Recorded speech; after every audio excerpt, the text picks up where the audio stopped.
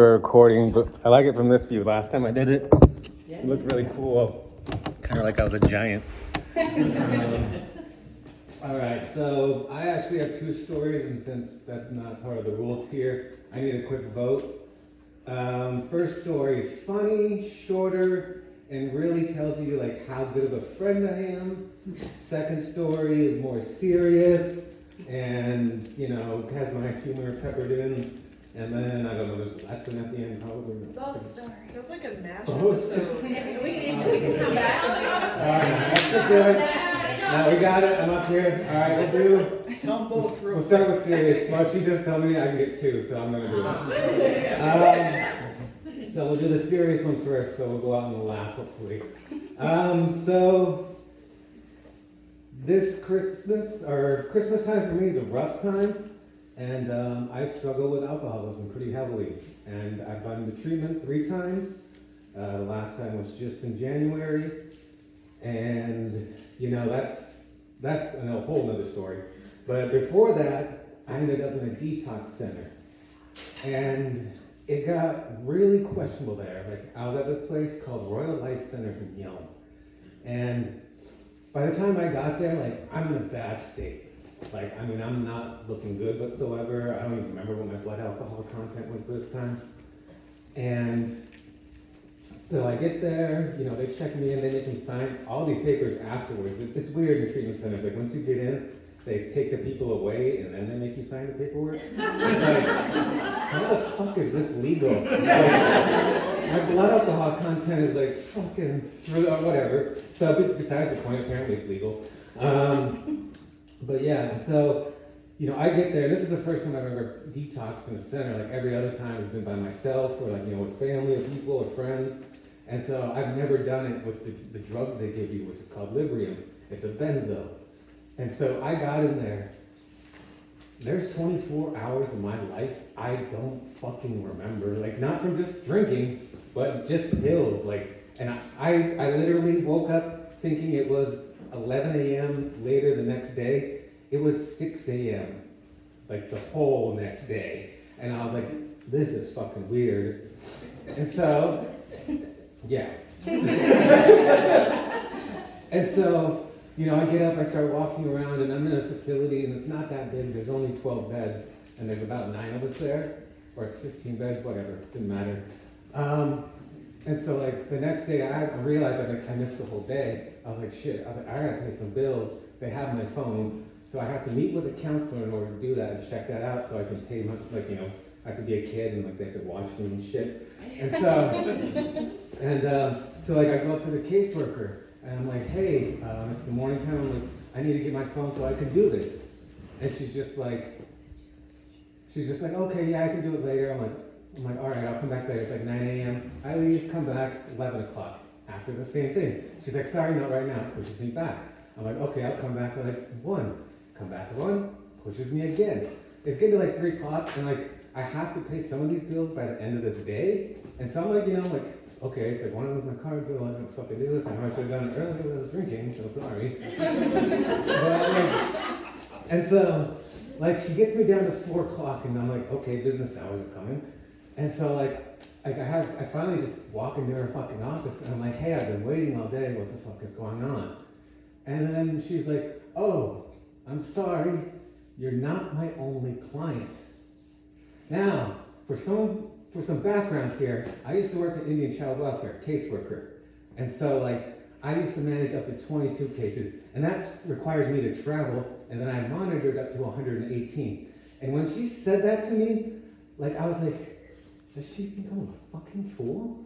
I was I've never snapped really that much in my entire life on somebody. It's not I got angry or anything, but I just started berating her about her profession because it was my profession too. And I'm like, what the fuck did you just say? I was like, I'm not your only client. There is 9 people here in this facility. I was like, I can walk around in less than 30 seconds.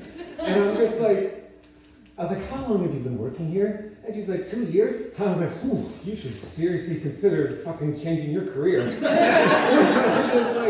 I was like, if you try to pull that shit, on a client in the real world, I would have, like, I've had people to swing at me, I've had people to fucking throw, shit at me, and I'm just like, no, you don't do that. And the whole time, like, her reaction was just, like, stone-faced, like, I don't know if she's trying to keep composure. And then I asked her about it. I'm like, why aren't you showing emotion? I was like, you are a social worker. There is a social aspect to this. And by then, it's been like 5 minutes of me just like fucking telling her, like, you should probably do this, you should probably quit this job. And then I was like, all right, I don't feel safe here. I want to leave. And they're like, okay, well, if you leave now, we keep your stuff for 24 hours. And I'm like, well, that doesn't seem legal, but I'm guessing I signed a bunch of paperwork when I was drunk.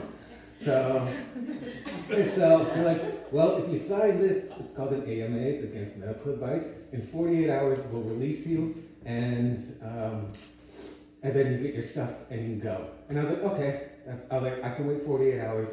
I was like, you guys are pretty fucking incompetent, but that's okay. And so I signed it. And I'm like, all right, I'm chilling out. I'm like, all right, 48 hours, and I'm out of here. I was like, these fucking people think I'm a fucking fool, or I'm fucking crazy. And so, I'm like, all right, I talked to the director, and I'm like, hey, I need to make a phone call. I was like, I'm from Port Angeles. We're all the way down in fucking Yelm of all places.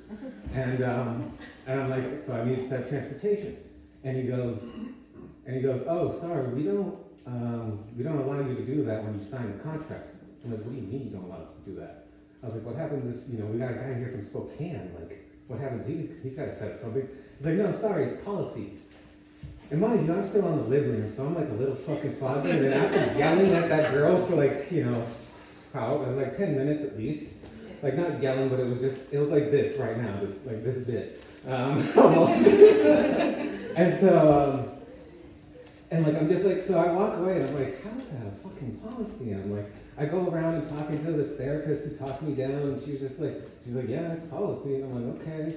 And then I walk around and I talk to this, like, a manager person there, and she's like, yeah, it's a policy, I guess. And I'm like, what the fuck? I was like, that just doesn't make sense. So I'm like, my social worker brain, I'm like, all right, I've done this shit for 8 years. I was like, that can't be a fucking policy. And so I asked him, like, can I look at the policy? And they're like, the director's like, huh? And I'm like, yeah. I was like, I would like to actually see the policy that says. He brings it up, and you can see the first one that says if you go AMA, you're not allowed to do anything. And then it says if you sign a contract, the first thing is you can set up transportation.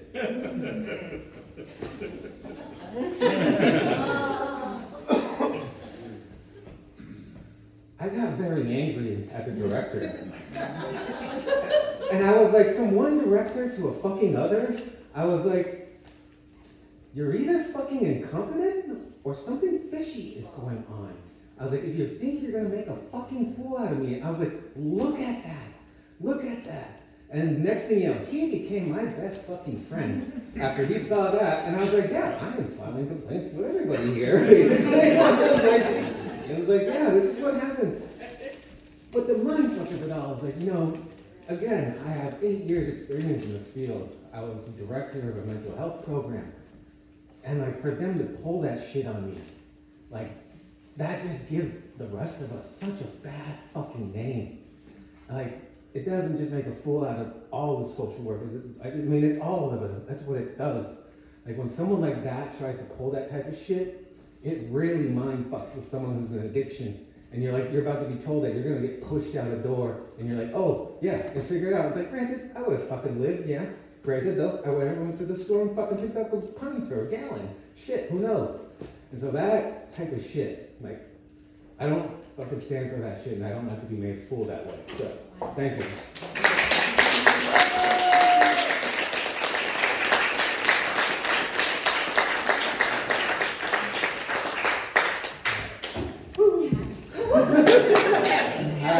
Let's slow it down now. Okay, so this second one is actually a bit, like, I used to do stand-up comedy. It's been too long to actually say that I do it anymore, but I guess I kind of do it here in a way. And so I had this whole bit where I think, the phrase, oh, Timmy jumped off a cliff, would you? And I'm just like, that doesn't really work nowadays with Tide Pods and, Jesus Christ, there's too many things with this generation. And so I think there needs to be an updated version of that. because I've literally followed a friend off a cliff when I was drunk. So it doesn't really apply because I was one of those people. So again, it's a Saturday morning. I'm in Bellingham, Washington. I'm about to move out of my studio apartment. And it's 8 a.m. and I get a call from my friend Matt. And now some backstory with me and Matt is like, we were like best friends at the time. Like after high school happened, like we'd hang out together, we ended up living together, and like our style of humor and everything, like we would do stand-up, or no, we didn't actually, but I thought we did. I was like, wait, no, we didn't do it that time. But just our humor in general, the way we would talk to each other, like we were basically the odd couple.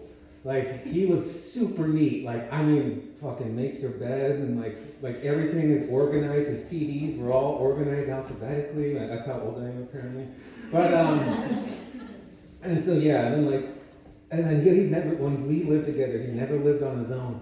Like one of the first nights we were there, like I was playing video games in my room, and all of a sudden my smoke alarm starts going off, and I'm like, what the fuck's going on? I run out the door, and then Matt's cooking food, and it's just. And I'm like, what are you doing, dude? I was like, and I look, and he's cooking burgers, and it's red hot underneath on the pan. And I'm like, dude, you can't cook on high. And he goes, I cook when I'm high all the time. I was like, just air it out. I'm going back to playing video games.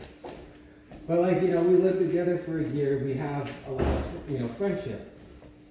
And so he calls me at 8 a.m. on a Saturday, and I know he's been dealing with some medical issues.